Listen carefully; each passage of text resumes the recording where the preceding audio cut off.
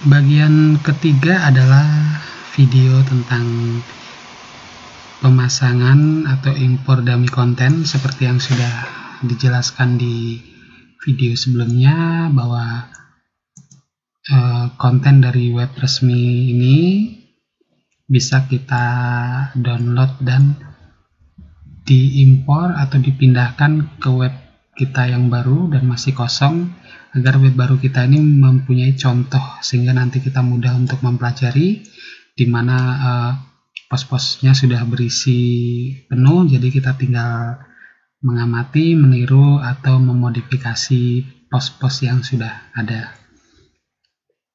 Kita login kembali ke dashboard WordPress-nya, kemudian kita masuk ke menu perkakas, kemudian pilih impor.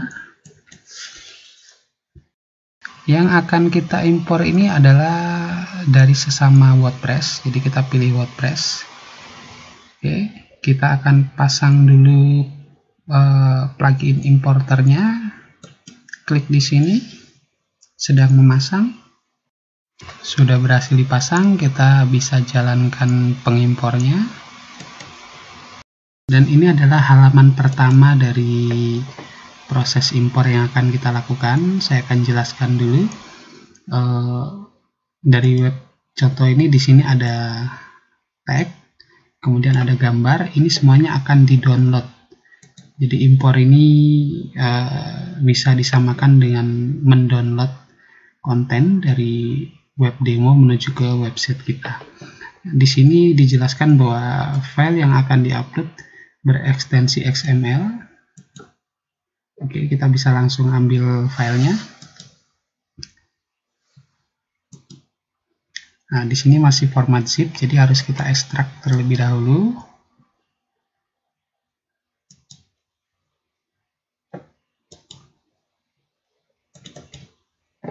Baik, filenya harus berformat XML.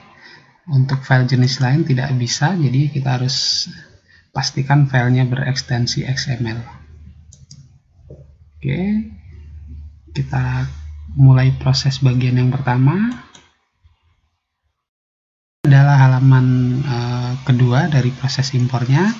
Di sini ada dua jenis impor. Jadi yang satu adalah impor penulis. Penulis ini adalah author atau admin dan segala macam dari web demo.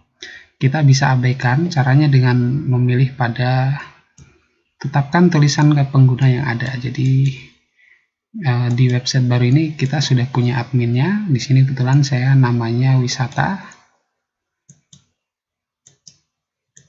Oke, sudah. Kemudian impor yang kedua adalah lampiran. Ini yang berupa lampiran adalah gambar-gambar dan semua file yang diupload ke web demo. Jadi apapun konten gambar, kemudian file-file lain yang ada akan kita pindahkan semua.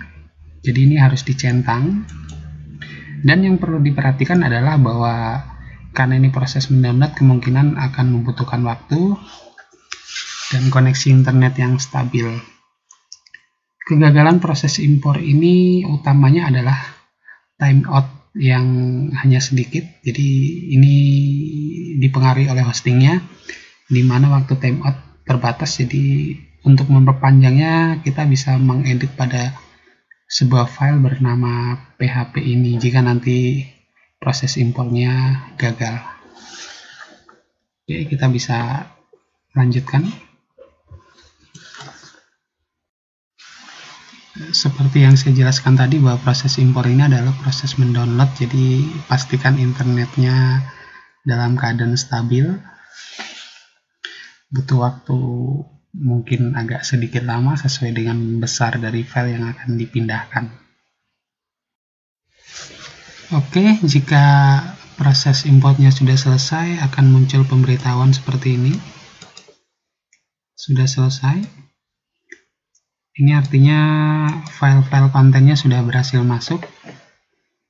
Kita bisa melakukan cek ke misalkan menu slideshow seperti ini. Kita klik.